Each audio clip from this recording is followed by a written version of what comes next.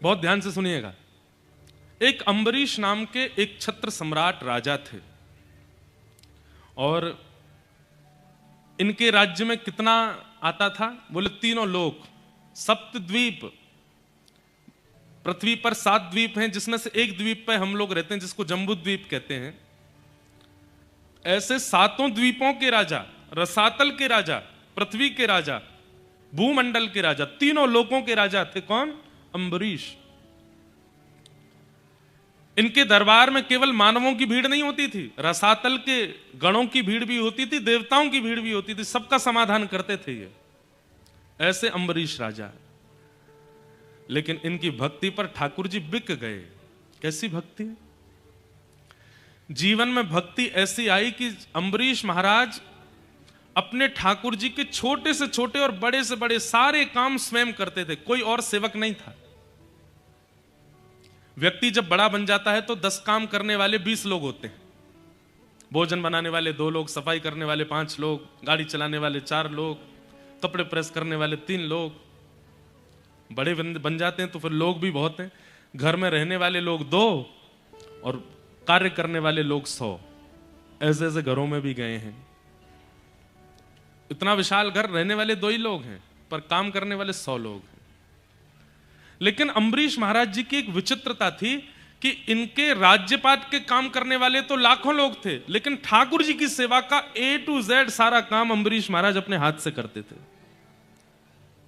A to Z का मतलब, वस्त्र भी स्वयं सिलते थे ठाकुर जी के, भोजन भी स्वयं बनाते थे, आटा भी स्वयं गूंदते थे।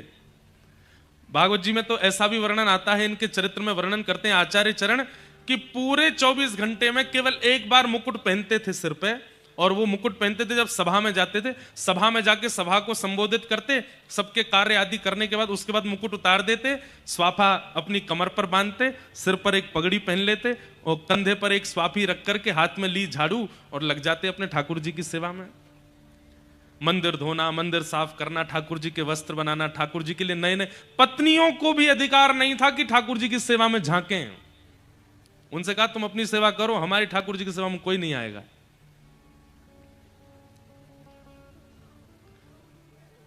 सारी क्रिया अपने आप करते थे ठाकुर जी की।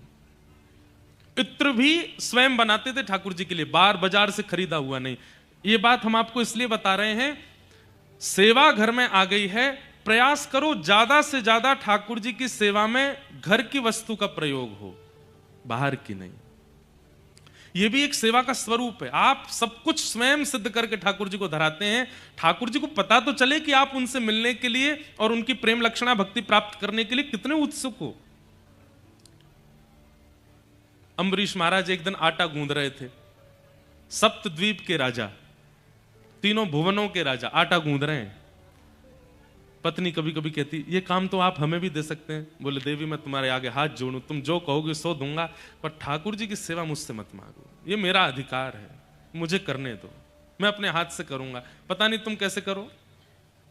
आज एक किसी भक्त का ये प्रश्न भी आया, उसका उत्तर भी देंगे। एक दिन अम्बरीश महाराज सोच रहे थे, ऐसी कौन सी सेवा है जो मुझसे नहीं होती है लेकिन ठाकुर जी के चरणों में आती है।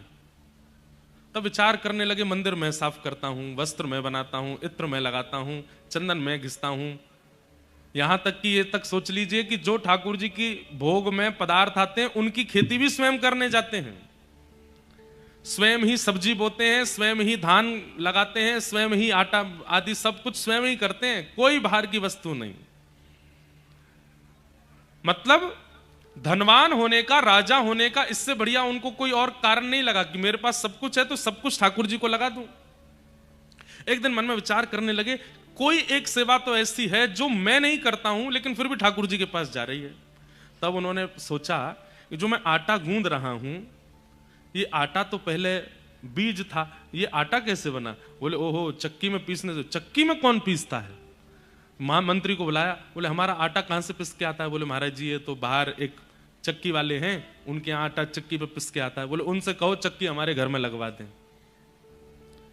सुन करके मंत्री महामंत्री सब सिर पकड़ के बैठे। बोले महाराज वैसे ही आप इतने सारे काम कर, अब आटा भी आप ही पीसेंगे? बोले जितना कहा जाए उतना करो, चक्की मंगवाओ। चक्की आई। अम्बरीश राजा आनंदित हो रहे हैं, आहा अब आटा भी मैं ही पीसूंगा। चक्की लगाने के बाद में उसमें गेहूं डालें, पीसें। पूरा राज्य हैरान है, बोले कैसा। देखिए एक बात सुनिए, इस स्थिति को आप क्या समझते हैं? अम्बरीश राजा ने ठाकुर जी को नहीं पकड़ रखा है, ठाकुर जी ने अम्बरीश को पकड़ रखा है। दो स्थिति होती हैं, आप ठाकुर जी को पकड़ो एक बात, ठाकुर जी आपको पकड़ें विशेष बात। यहां पर बैठा मुझसे पीछे तक हर व्यक्ति 95%, 99% तक व्यक्ति वो है जिसने ठाकुर जी को पकड़ रखा है। हम आप में से कोई 1% होगा जिसको ठाकुर जी ने पकड़ रखा है। और ठाकुर जी जिसको पकड़ लेते हैं वो ऐसा ही हो जाता है, उसको आलस्य नहीं आता, उसके मन में कोई और विकार विचार नहीं आते, उसको सर्वस्व रूप से ठाकुर जी का रहना है। कई माताओं में भी ऐसा स्वभाव होता है, वो अपने बालक को किसी और के हवाले नहीं करती, स्वयं ही उसको तैयार करेंगे, स्वयं नहलाएंगे, स्वयं पवाएंगे, सब कुछ करेंगे, घर के काम भी हैं, लेकिन फिर भी अपने बालक, आजकल ऐसी माताएं कम हो गई हैं, पर फिर भी अपने बालक की सर्वांगीण सेवा मां का करना उसका एक सौभाग्य लगता है उनको। ऐसी ठाकुर जी की सेवा। चक्की पीस रहे थे, इतने में ठाकुर जी प्रकट हो गए, शंख चक्र गदा पद्मधारी श्रीमन नारायण भगवान चक्की पीसने से प्रसन्न होकर प्रकट हो गए अम्बरीश राजा के यहाँ। अम्बरीश, मैं तुमसे बहुत प्रसन्न हूं, मैं तुमसे बड़ा आनंदित हूं, तुम्हारी भक्ति तुम्हारी सेवा ने मुझको लूट लिया है। हम आप होते तो क्या करते? तुरंत उठ के जाते, ठाकुर जी को प्रणाम करते। अम्बरीश राजा क्या बोले? भगवान अभी कुछ गेहूं रह गए हैं, अभी आप वापस चले जाओ, वापस जाके विराजमान हो जाओ, पहले सेवा पूरी कर लूं, आटा गूंदना है, भोग का समय हो रहा है, मुझे आटा गूंद करके फिर बढ़िया रोटी सब्जी बना करके आपका भोग भी लगाना है। अब आप बीच में आकर के विक्षेप कर रहे हैं, समय बढ़ जाएगा, भोग का समय निकल जाए, अभी आप जाओ यहां से, तुरंत जाओ, बाद में आना, जब मैं फ्री हूं तब आना। भगवान बोले कितना विचित्र, बताओ। सेवा के मध्य में ठाकुर जी भी प्रकट हो जाए तो ठाकुर जी से कह रहे हैं कि आप जाओ, सेवा उनके लिए ठाकुर जी से भी बड़ी है। ऐसों को मिलते हैं ठाकुर जी। एक दिन अम्बरीश चक्की पीस रहे थे, तभी ठाकुर जी आ गए। सामने नहीं आए, बोले सामने आता हूं तो डांटता है मुझको, पीछे आ गए और पीछे खड़े होकर के देखा भगवान ने कि अम्बरीश राजा को इतने पसीने आ रहे हैं और पूरा शरीर जो है पसीने में हो गया चक्की पीसते पीसते, और ना कोई पंखा है ना कोई हवा है। सेवा में अपनी सेवा कराना ये भी सेवा अपराध है। ठाकुर जी की सेवा कर रहे हैं, तुम मेरी सेवा करते रहो, ये भी नहीं। तब भगवान ने मन में विचार किया और अपने पटका से ठाकुर जी ऐसे हवा करने लगे। तभी अम्बरीश जी ने देखा कि उनको चंदन की सुगंधी आ रही है। आहा, बड़ी सुंदर सुगंधी, बड़ी सुंदर व्यार हवा की आ रही है। थोड़ी देर के लिए रुक गए, अचानक नेत्र खोले, मेरी सेवा रुक गई, कौन कौन हवा कर रहा है? पीछे देखा तो ठाकुर जी हवा कर रहे थे अपने पटका से। अम्बरीश, तुम इतनी सेवा करते, देखो कितने पसीने आ रहे हैं। भगवान, मैं ये सेवा आपको प्रकट करने के लिए नहीं कर रहा, आपको प्रसन्न करने के लिए कर रहा हूं, ताकि आप राजी रह करके खूब प्रेम से प्रसाद पाओ, सो उठो, स्नान करो, खूब आनंद करो, मेरे राजभवन से कभी ना जाओ। इतने प्रसन्न रहते हैं ठाकुर जी अम्बरीश राजा से। त्रिलोकी राजा, सप्त द्वीपों का राजा अम्बरीश, वो ऐसी सेवा करते हैं, और हम 200 गज के मकान में रहते हैं, फिर भी हमारे पास कितनी व्यस्तता है कि ठाकुर जी का श्रृंगार करने के बाद आरती की सेवा दूसरे तुम कर देना, रात्रि में तुम कर देना, आदि आदि सब।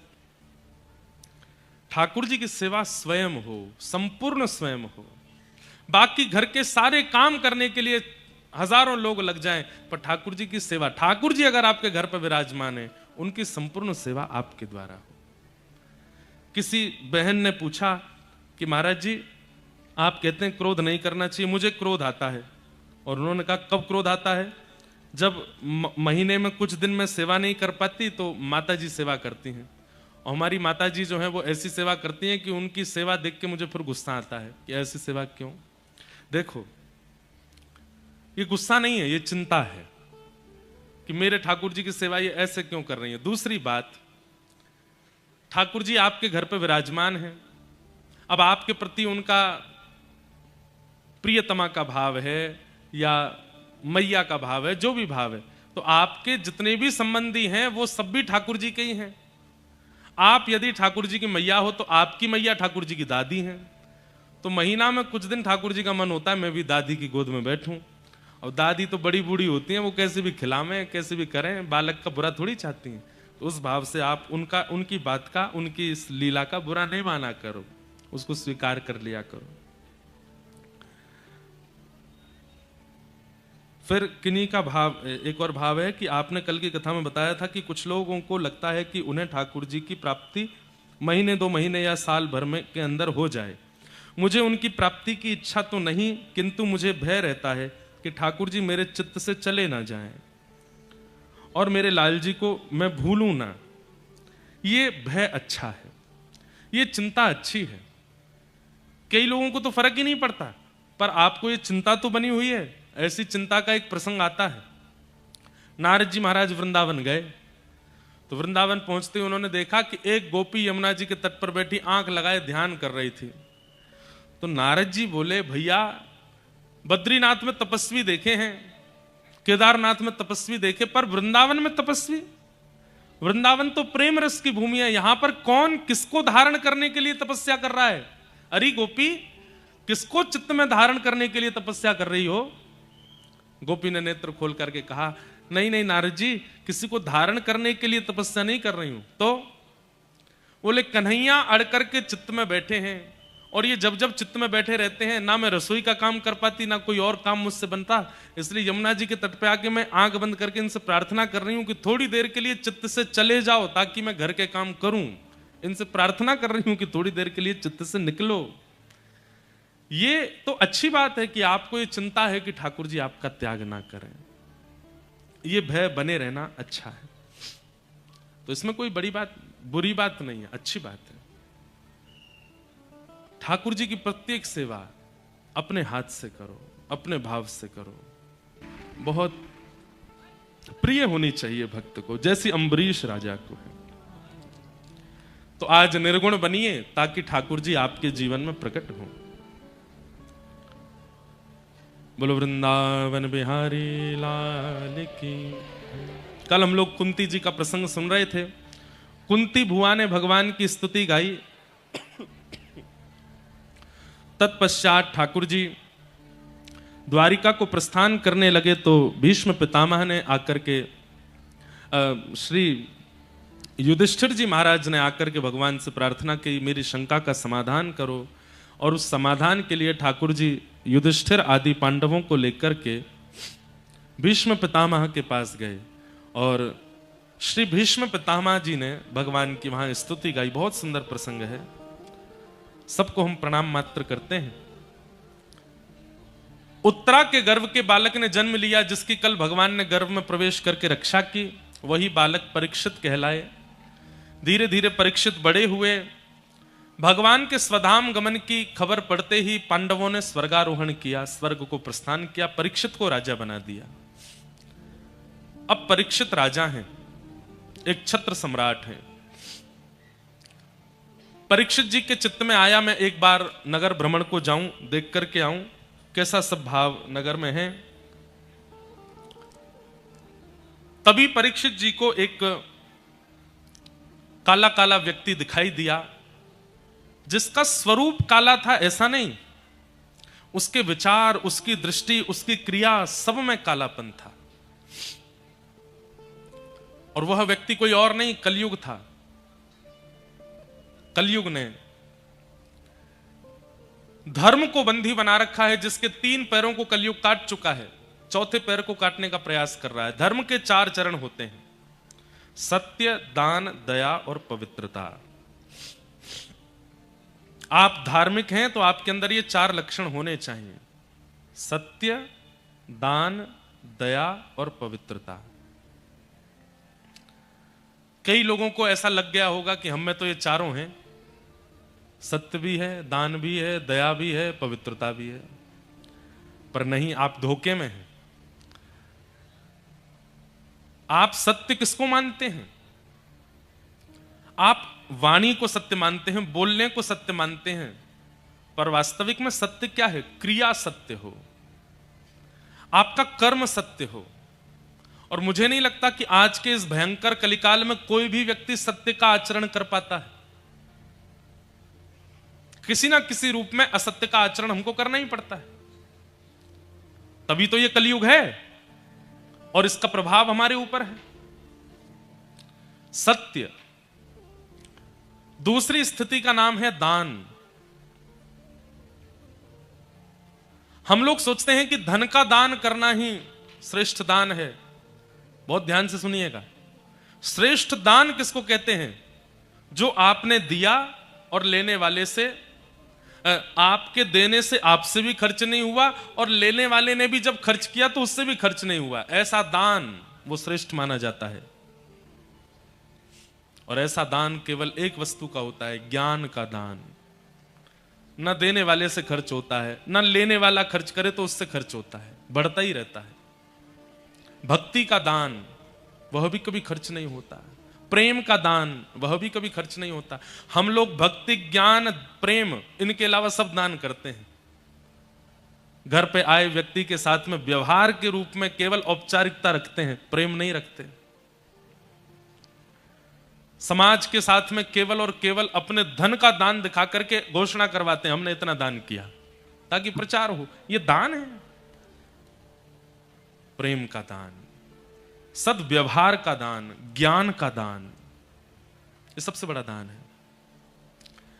हम चले जाएंगे, हमारा चेहरा भी हो सकता है कुछ साल बाद भूल जाए व्यक्ति, लेकिन यहां कही गई 7 दिनों की कोई एक बात जो उसके हृदय में बैठ गई होगी वो कभी नहीं जाएगी। यही दान है। जाती है, पर उसके द्वारा कही गई बातें इस ब्रह्मांड में भ्रमण करती रहती है।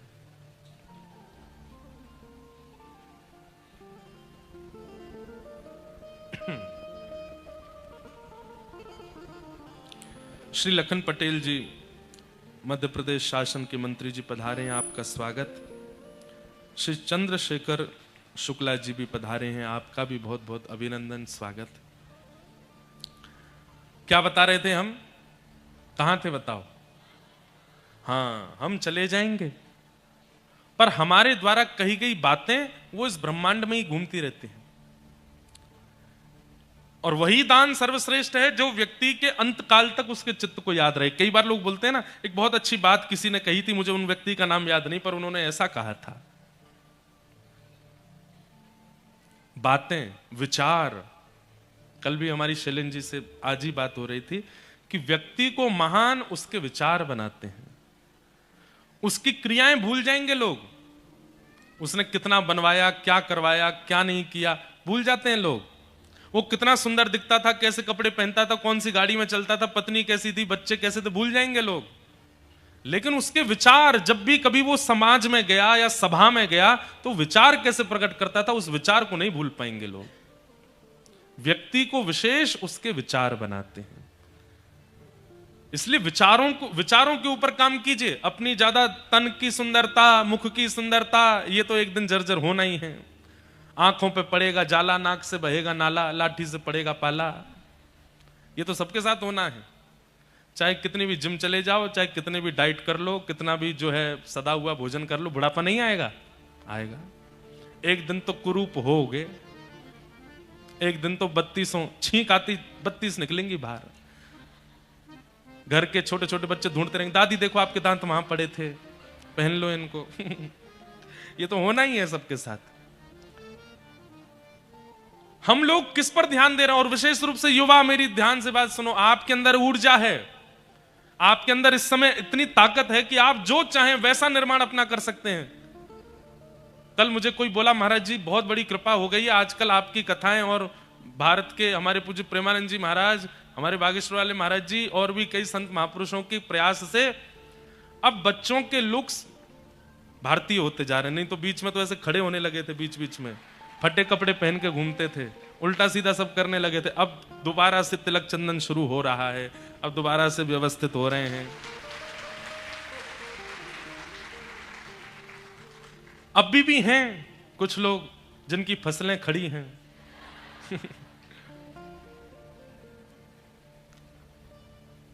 आपका स्वरूप भी कई बार आपके विचारों का परिचय देता है, या आपके विचार कैसे। आपके उठने बैठने चलने का ढंग भी कई बार बता देता है कि आप क्या सोचते हैं। इसलिए नेत्रम वक्त्रम विकारेण, इन तीनों को शुद्ध रखिए। नेत्रों को ज्यादा चपल मत बनाइए, कभी यहां मटकते हैं, कभी उधर देखते हैं, कभी उधर देखते हैं, एक बार में इधर इधर। जो बहुत नेत्र जिनके घूमते हैं, समझो कि चित्त में कुछ चल रहा है, खलबली है। वक्त्रम, वाणी में शब्दों का प्रयोग कैसा होता है। अब एक कई पहले हम घरों में जाते थे प्रसाद पानी, अब नहीं जाते। तो जब किसी के घर जाते तो एक बार एक के घर गए, बोल रहे हैं आपको दाल डाल दूं। मैंने कहा डाल दूं क्या होता है, ऐसे बोलिए परोस दूं। डाल दूं शब्द क्या होता है, रोटी डाल दूं, पराठा डाल दूं। हमारे यहां तो ऐसे बोलते हैं भाई बाहर गैया खड़ी है, रोटी डाले आओ। भैंसा डोल रहे हैं, उनको कुछ पराठा डाले आओ। जीव जंतुओं को डालते हैं, मानवों को तो परोसते हैं। शब्दों का चयन बताता है कि आपकी स्थिति कैसी। प्रणाम करने का तरीका बता देता है कि आप कैसे आचार्य के संरक्षण में रहते हैं, आप कैसे प्रणाम करते हैं। प्रणाम की मुद्रा से पता चल जाता है केवल फोटो खिंचाने आए हैं, प्रणाम करने नहीं आए। इसलिए भैया नेत्रम वक्त्रम और विकारेण, अपने विचारों को शुद्ध करेंगे तो नेत्र भी शुद्ध हो जाएंगे, वाणी भी शुद्ध हो जाएगी और आपके शरीर के विकार भी शुद्ध हो जाएंगे। विचारों की शुद्धता बहुत आवश्यक है। और विचार शुद्ध किससे होते हैं, सत्संग से। सत्संग करोगे, वैष्णवों का संग करोगे, विचारों को, उनकी बातों को सुनोगे, उनसे विचार शुद्ध होते हैं।